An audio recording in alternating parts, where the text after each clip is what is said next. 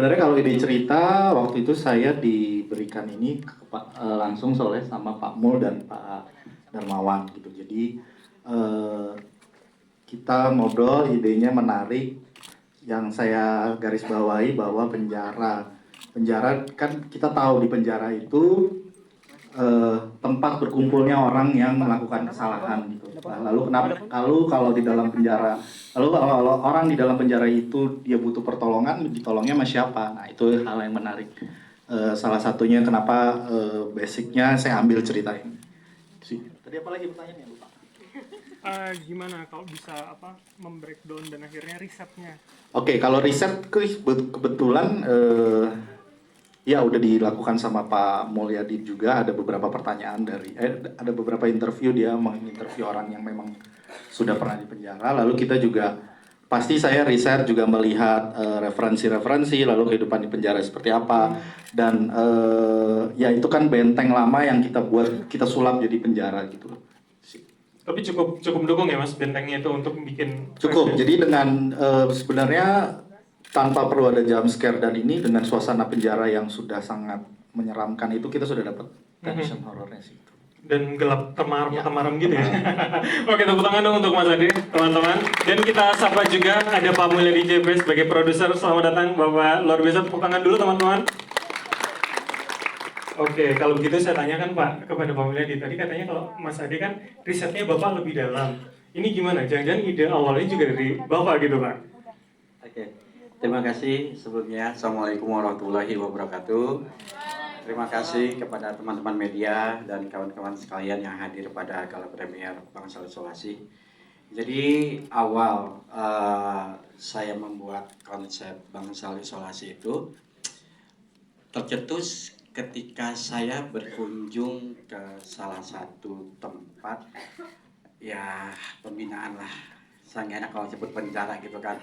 Jadi dari situ saya melihat aktivitas dari para napi ya, oh seperti ini ya gitu. Tapi saya berpikir penjara tahun sekarang kayak gini gitu loh.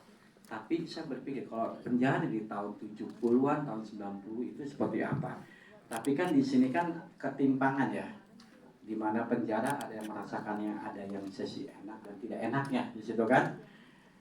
Terus saya kepikir gimana caranya ya kalau dalam satu penjara itu ada satu konflik.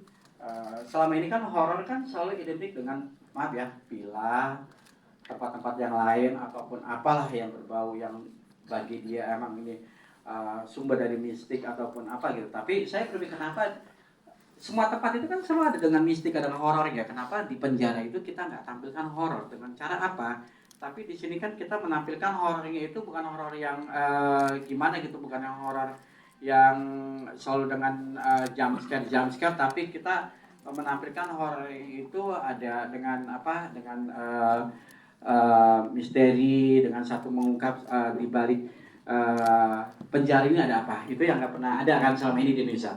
Jadi saya berpikir ya coba saya buat kayak itu. Jadi sebelumnya saya bertanya dulu sama salah satu kawan saya yang mungkin buka penginapan di dalam itulah gitu yang sekolah di dalam situ, saya nggak enak tahanan gitu kan. Saya tanya ruang lingkup penjara itu seperti apa sih jadi tahanan? Oh gini.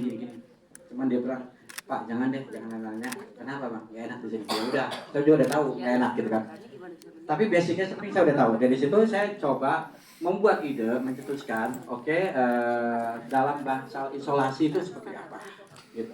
Nah dari situ ide saya cantumkan, saya tulis semuanya.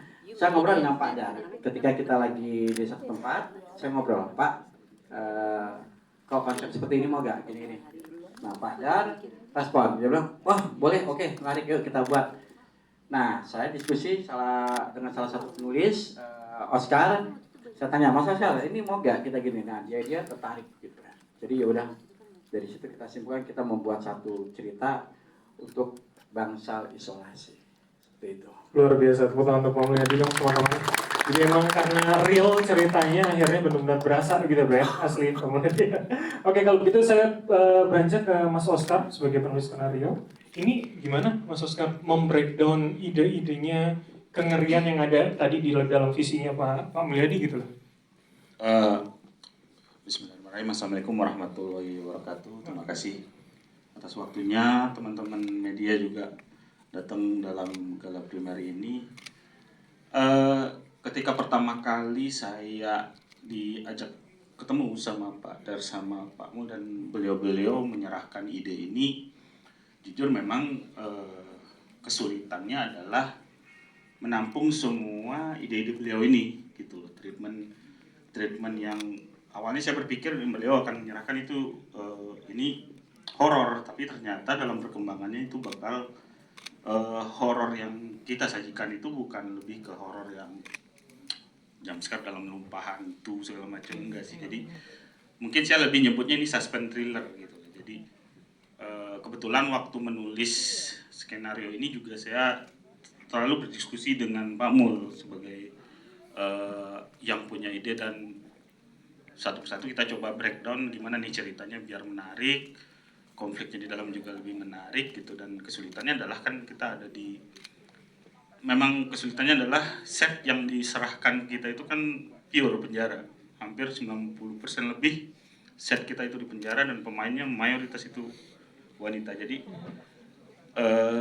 ya berjalannya waktu dan alhamdulillah sih saya cukup happy ya dengan yang bisa kita sajikan di sini, paling gitu.